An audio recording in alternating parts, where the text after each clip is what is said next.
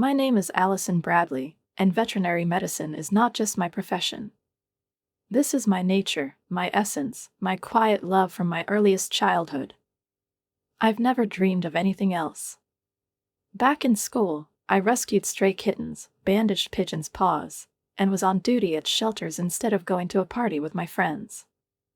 All of this brought me here, to the tiny town of Harmony Falls, Colorado, where my adult life began 15 years ago. And before we continue, write in the comments from which city you are watching this video. Enjoy watching it. Hilltop Vet was then a modest clinic on the outskirts, an old, faded building with peeling paint, 2 classrooms, and a sterile smell of bleach that I still feel in my memory. The creaky front door always resisted, as if checking if you were worthy to enter. We were small, but real. They worked not for profit, but for life.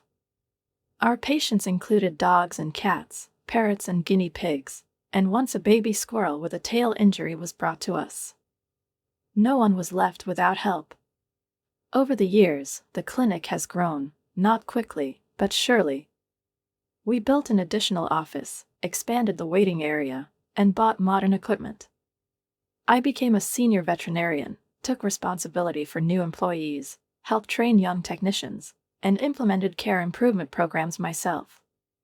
I knew each patient by his nickname, each owner by his first name, and the children's drawings with the inscription Dr. Allison, thank you for saving Toby. They decorated the walls of my office better than any letters. This continued until Dr. Martin, the founder of the clinic, decided to retire. He gathered us all in the break room, me, Sarah at the reception, the technicians, the assistants, even the interns, and with a kind, tired smile, he said it was time to let go of the reins.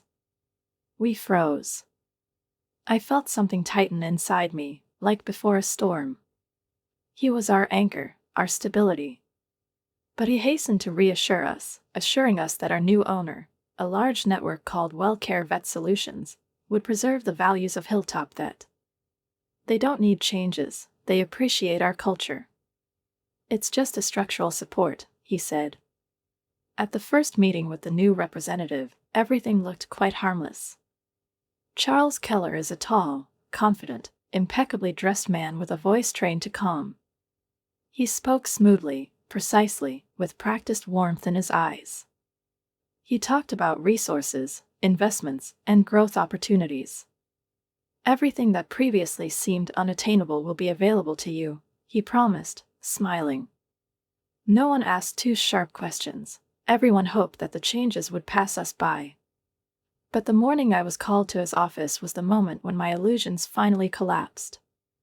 I knocked and entered by invitation. His office was neat to the point of sterility, a glass table, a dark leather armchair, immaculately displayed books on corporate governance on the shelves. He didn't even look up as I sat down. Allison, he began, pointing at the tablet screen, I've reviewed your metrics and I want to discuss the updated compensation model. I nodded silently, trying to stay calm. We compared your salary with industry standards and came to the conclusion that it is necessary to bring it in line. Under the new structure, you are offered a rate 38% lower than the current one. I blinked. For a moment, I thought I'd misheard. 38%. Excuse me? My voice sounded quieter than I expected. This, almost half of it. I've been here for 15 years. He nodded, not even trying to disguise his indifference. We respect your contribution, Allison. But this is not about the past, but about current realities. It's not personal. Just business. Those words hit me harder than I expected. It's not personal. I looked around in my mind, endless shifts, weekend shifts, sleepless nights, emergency calls, condolences and postcards after pets were put to sleep, joy in the eyes of children when their puppy recovered. And all this is no longer personal. When should this take effect? I asked, struggling to keep my balance. Starting from the next payment cycle. You can think until Friday, he said, finally looking at me, but there was not a drop of concern in his eyes. I stood up. My heart was pounding in my chest, as if trying to escape. Thank you for the information. He returned to the tablet without saying goodbye. I left the office as if I had walked through a waterfall, cold, heavy, and breathless. Everything I built and lived with turned out to be a number in the table. I saw Sarah at the reception. She was updating patient charts, as focused as ever, but her face was pale. I came closer, and she looked up at me. You too? What is it? She asked in a barely audible voice. I nodded. 30%, she whispered, looking away. Plus shortened hours. I do not know how to live on this. We both fell silent. Behind the clinic's glass in the waiting room, an elderly man stroked a golden retriever, a child laughed at his rabbit, and a woman held back tears while holding a carrier with a sick cat. Everything seemed as usual, and at the same time completely different. Things are changing, I said. Sarah didn't answer, but her silence said more than any words. Something dangerous was boiling inside me, a mixture of pain, determination, and a strange, barely perceptible release. What used to hold back has cracked. And I already knew there was no turning back. I tried to stay calm. I told myself that I needed time, that I needed to think about everything. But inside, in my chest, in my stomach, under my skin, everything was bubbling. Like a volcano that pretends to be asleep, but is already crackling under a crust of lava. I couldn't sleep half the night. I kept hearing the same words over and over in my head, not personal, just business. As if you can cut off from a person what makes them alive.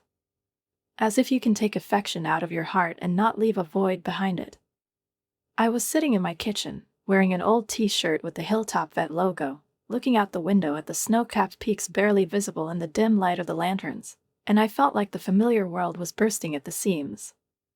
It wasn't about the salary, although yes, to reduce income by almost half without the slightest explanation was in itself a humiliation. But that wasn't the point. This is the very essence of the relationship that we have been building for years. In trust. In respect.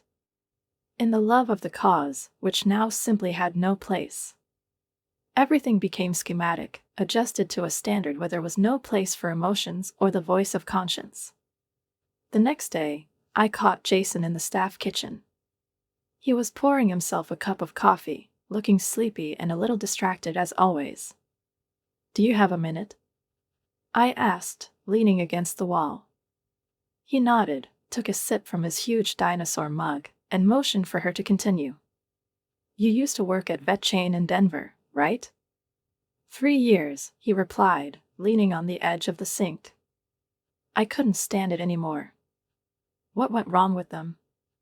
He grinned, but not with amusement, but with a kind of tired bitterness. It's always the same, he said. First, optimization. Then there's the cost reduction. Then the lists. How many tests have been prescribed? How many additional treatments have I sold? How many clients have I returned? Everything is according to plan. And at some point you are no longer a doctor, but a salesman with a diploma. And the patients? I asked, even though I knew the answer. Patients? He shrugged his shoulders. They're just variables in the equation. We fell silent.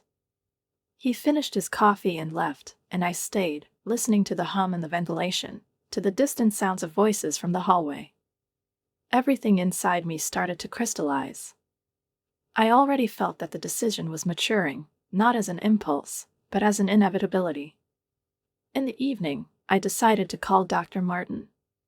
As I dialed his number, I felt a strange excitement, as if I were an intern again, and he had to evaluate my first examination of a dog with a cough. Allison. He replied with his usual warmth. How are you? I have 10 minutes to pour out my soul, if you don't mind. He chuckled. Always for you. What happened? I've told you everything. About the conversation with Charles. About the salary reduction.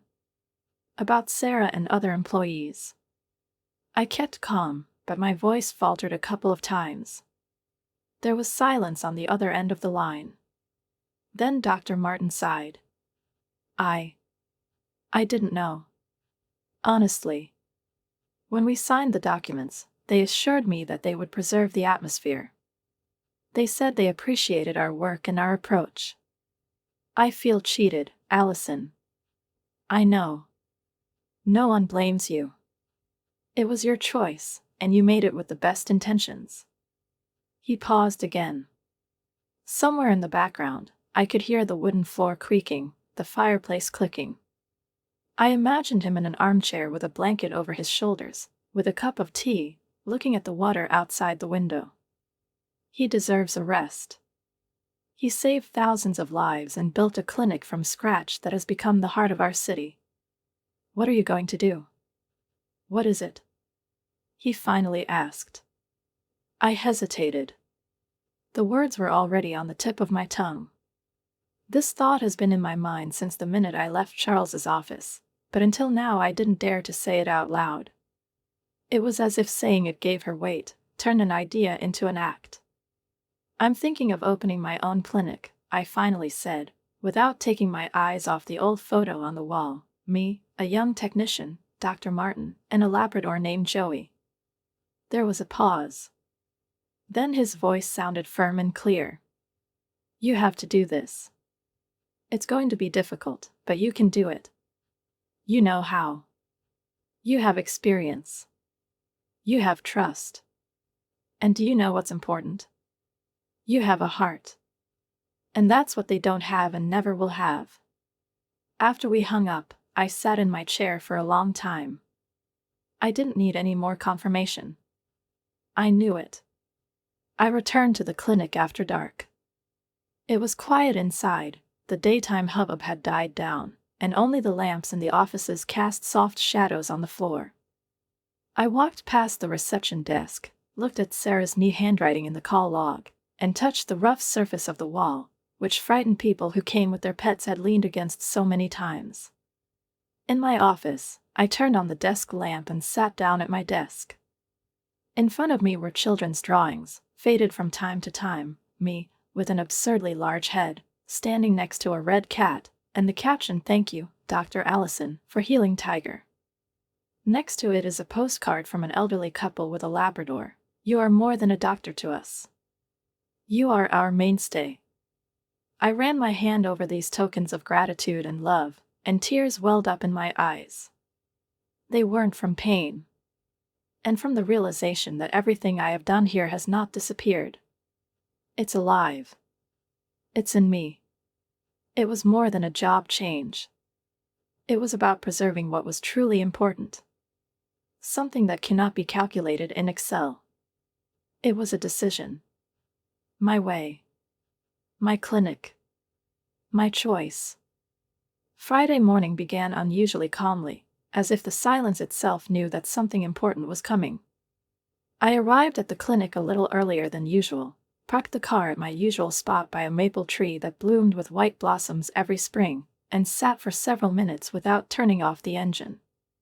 My hands were on the steering wheel, as if I was going to drive somewhere, but instead I just stared ahead at the brick building that had become my home. Everything was going to change today. I went inside and went straight to Charles's office. He was, as always, at his desk, bent over a tablet. His fingers quickly slid across the screen, and even when I entered, he did not immediately raise his head. "Good morning," he said, finally noticing me. "Is everything okay?" "Yes," I replied, holding out a white envelope. "This is my 2-week notice." He raised his eyebrows. For a second, his confidence cracked. "Allison, are you sure? Is it because of the adjustment?" I stared into his eyes, not letting my voice waver. I just decided it was time for a new opportunity. He shrugged, trying to keep his face calm, but I saw him look down, quickly, briefly, to hide his disappointment. Or surprise. Or maybe it's fear. But he didn't say anything. And I went out. The hallway smelled of antiseptic and damp wool, as always. Everything looked the same offices, the same walls, the same steps on the linoleum. But inside, everything was different. I felt something new unfolding in my chest, not yet formed, but already alive. The decision was made. Now for action. The rumors were not long in coming. By lunchtime, the clinic was already buzzing like a beehive. Sarah came up to me with a note. It had the names of clients who had called and asked if Dr. Bradley would be working next week, if it was possible to make an appointment with her. I looked at the list and felt warm. They remember everything. They still choose me. Are you leaving anyway? What is it? She asked softly. Yes, I replied, folding the note. It's time. She nodded, and there was something like relief in her eyes. If you need an administrator, you know where to find me. Later, at the end of the day, Thomas caught up with me at the lockers. Let me know if something starts, he said. I've been thinking a lot since yesterday's meeting. This is not the medicine I dreamed of. Maggie, our technician, sent me a short message after the shift. Whatever you're up to, I'm with you. I reread it several times, lying on the couch in the evening with a mug of hot cocoa. It wasn't just support. It was a team. The next day, I started searching. I knew the place had to be right. Not just suitable, but one where it will be easy to breathe. A place that can be a continuation of the care my patients are used to. A week later, I came across a building on Willow Street, near the center of Harmony Falls. It used to be a dental clinic, and it still had traces of its former life. Built-in lamps, separate offices, a reception with a semicircular counter. The space breathed opportunity. I stood in an empty hall, looked at the dusty floor and imagined what the new reception would look like here. How Sarah will greet people at the entrance, how Thomas will joke with the children while they wait, how Maggie will calmly and confidently prepare the equipment in the operating room.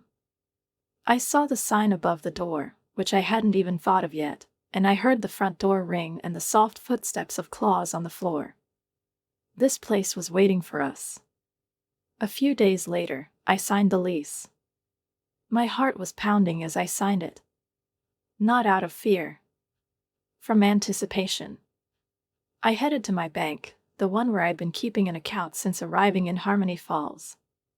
I was met by Mr. Harper, the manager, with whom I had known each other for 10 years. Allison, it's always a pleasure to see you, he said. How can I help you? I told him about my plans. Without embellishment, without ornateness. I'm opening my own clinic. I need a loan. It's all fair. He listened attentively. In the end, he nodded. You are a reliable person. You have a great reputation in the city. We will do everything to help you get started. I could feel everything falling into place. The suppliers I've worked with over the years have been surprisingly loyal. One of them, Joel from Green Pet Supply, called me himself when he heard that I was leaving Hilltop. Allison, he said, we're tired of these giants, too. We want to support those who really work. Tell me what you need, and we'll make a deal. I started putting together a list of necessities: tables, lamps, apparatuses, refrigerators for vaccines. Everything seemed huge, massive, impossible. But every tick on the list was a step forward. I tried to keep it a secret. Not because I was afraid, but because it wasn't ready yet. The customers were starting to guess. During the checkups, they asked casually, Dr. Bradley, you're not leaving at all, are you? I haven't decided yet, I replied, trying not to stare at the new audio system installed in each office. Someone could be listening. But inside, I already knew, I don't play by those rules. I'm building my own. I'm going to the start. And every day I felt my confidence flare up. Not bright, not assertive. But stubborn as spring, which always breaks through the hardest ice. My last day at Hilltop Vet did not start with coffee in the quiet of my office, nor with the usual good morning from Sarah at the counter, nor with a visit from Mrs. Lawson with her deaf poodle Henry, as it usually happened. It started with a call to the conference room. A cold, almost formal email call from Charles. Please come to a meeting at 9 o'clock. There was no please, no explanation, just a tone that immediately made the air feel wary. I already guessed that this wasn't going to be an ordinary goodbye. The meeting room greeted me with the dry glow of fluorescent lights and a strained silence. There were 3 people sitting at a long table: Charles in an immaculately pressed jacket, a woman in her 50s with thin lips and a folder in front of her, a company lawyer, and a young man with an HR department badge, nervously twirling a pen in his hands. My back straightened by itself. I entered slowly, as if I were on a stage where I was going to play the main role, the last one in this chapter of my life. Dr. Bradley, Charles began with a polite falsehood in his voice, before we complete the process of your dismissal, we need to clarify some points. The lawyer pushed a thin piece of paper towards me. We have learned that you may be planning to open a veterinary clinic within a 20-mile radius of the current location of Hilltop Vet, she said flatly, almost matter-of-factly. This is a potential violation of the employment agreement signed when the company was placed under our management. Here is a notice of termination and abstinence. I took the paper slowly.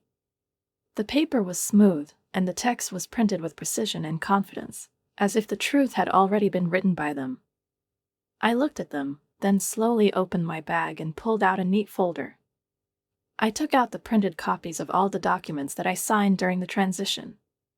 There's not a word here about a non-competition agreement, I said calmly but firmly. I consulted with a lawyer. We've checked everything. The lawyer raised an eyebrow slightly, but did not object.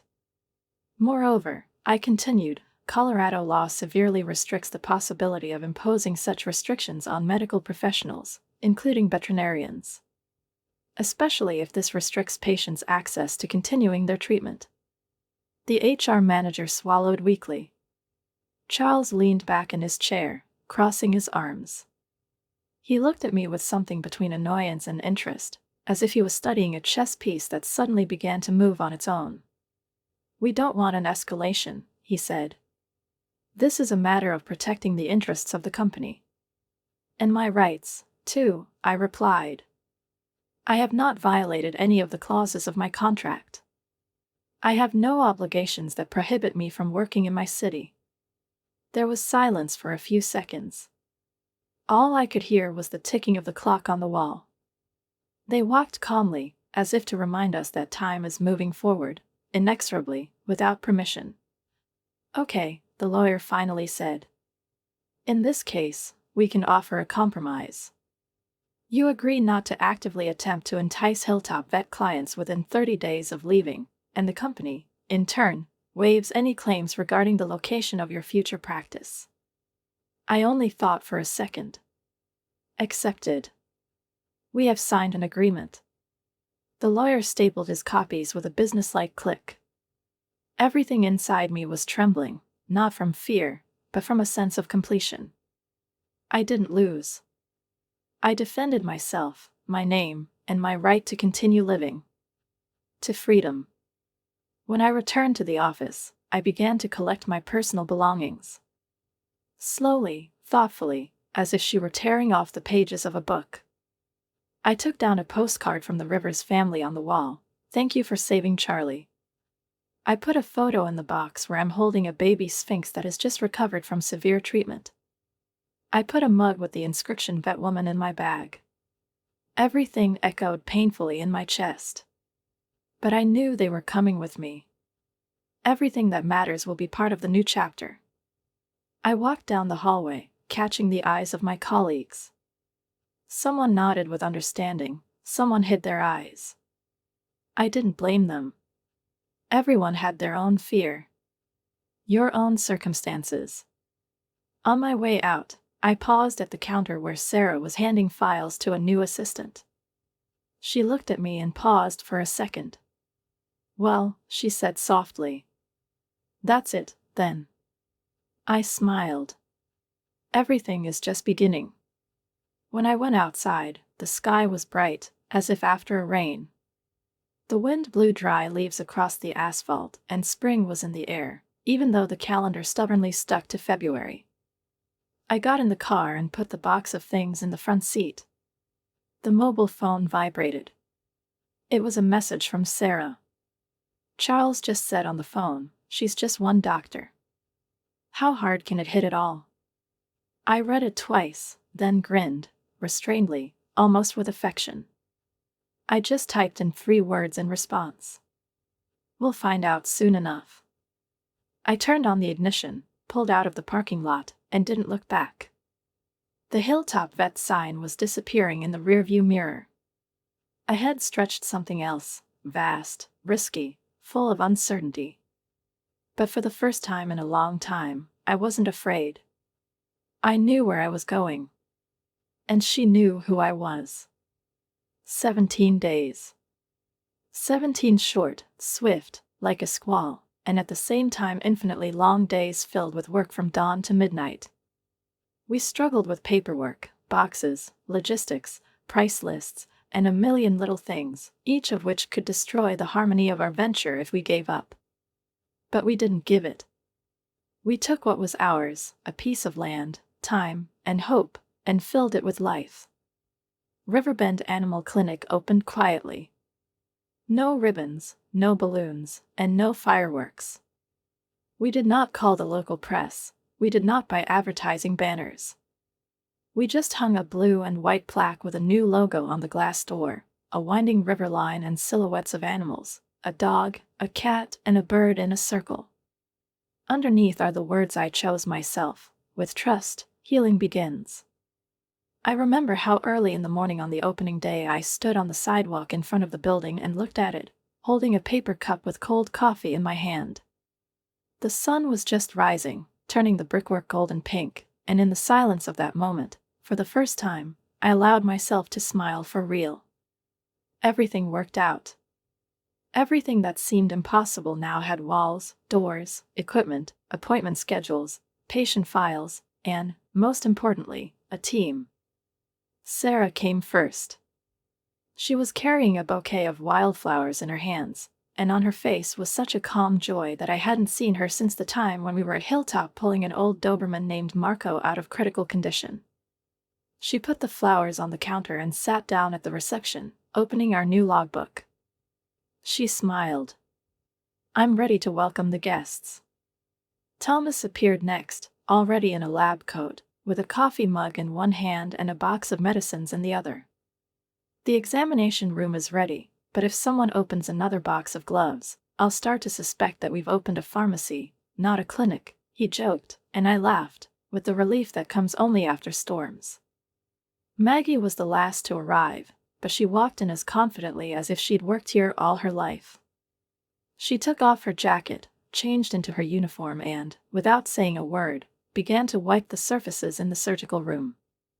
Everything was clear without words. We were on the same wavelength. I didn't expect anyone to come on the first day, except for the few clients I called in advance. Only those who needed help, I thought.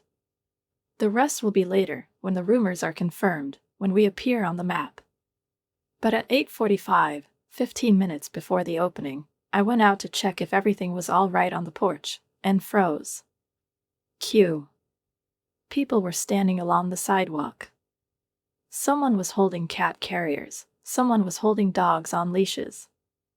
There were familiar faces: Mrs. Harper with the dachshund Luca, whom I treated for bronchitis last winter, Mr. Reed with a parrot in a bright cage, even schoolboy Josh with Sparky the hamster, to whom I once applied a tiny splint. They were standing, smiling, waving, and there was something much more in their eyes than waiting for a reception. It was a comeback. When I opened the door, Sarah got up from behind the counter and said, "It looks like we're not just a rumor anymore." And the flow began. From the very morning, everything went like a well-coordinated orchestra. Sarah deftly handled the registration, smiling at everyone, asking the right questions. Thomas escorted patients to the offices, joking and helping to remove leashes and jackets.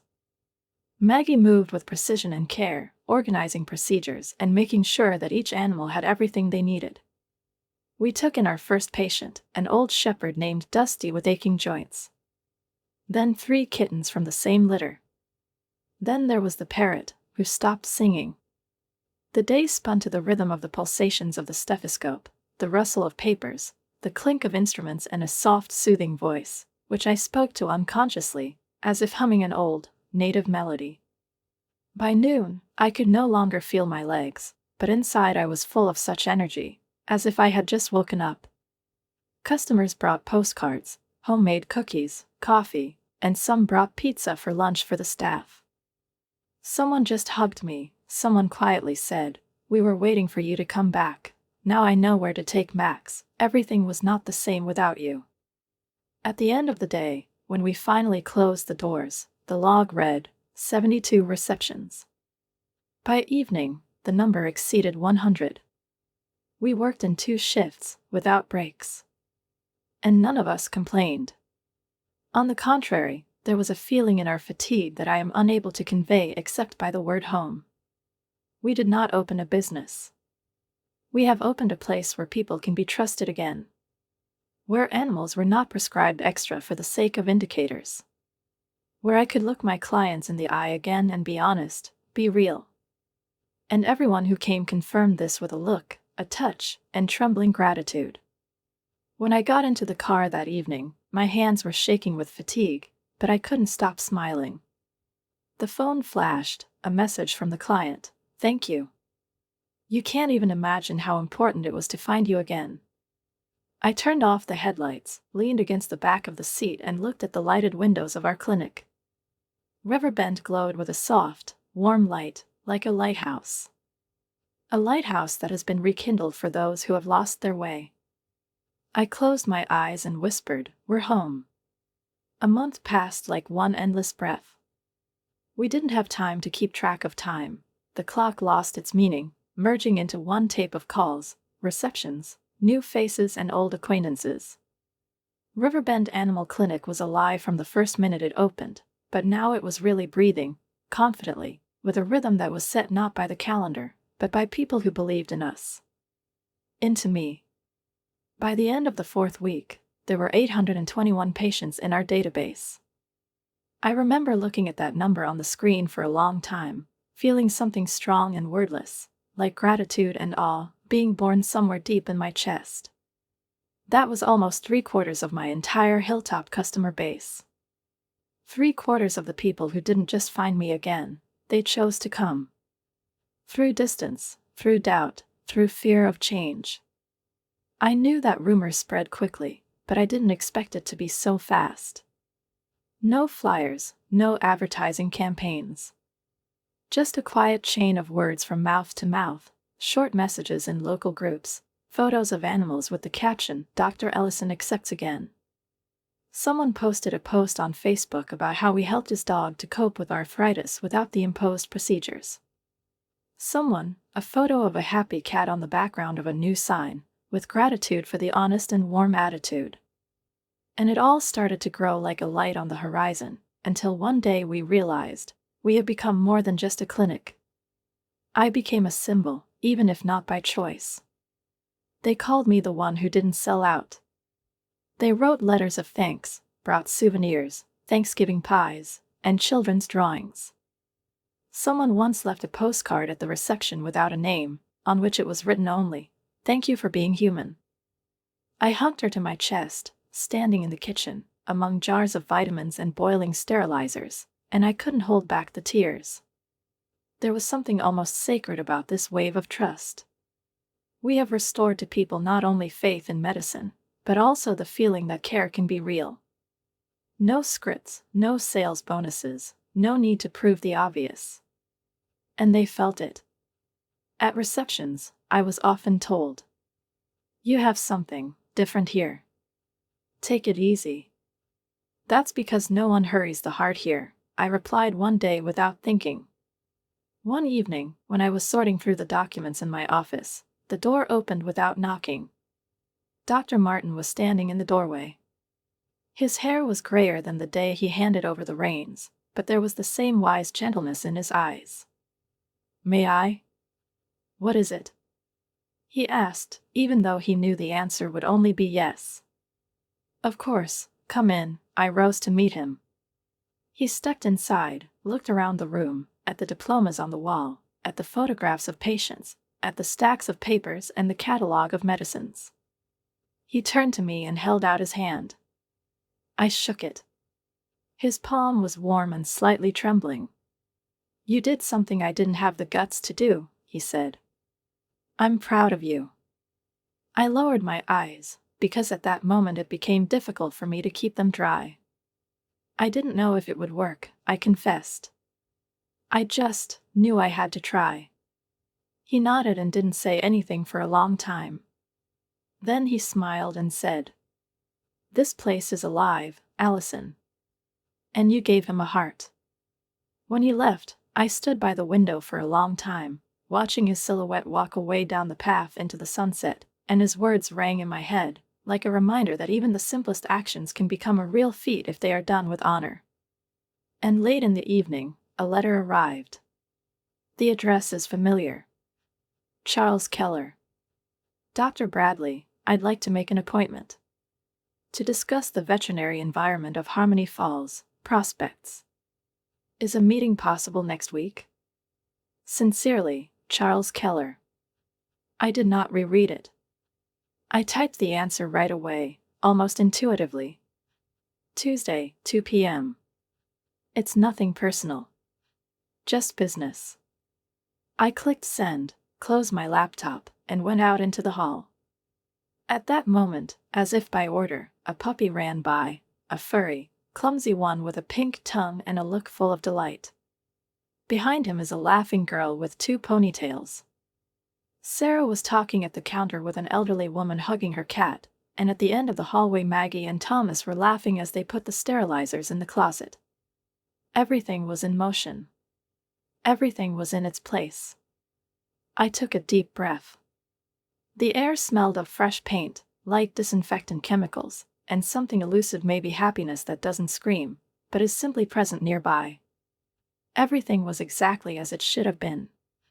I knew I was home. I was where I was supposed to be. And I didn't doubt it for a second anymore.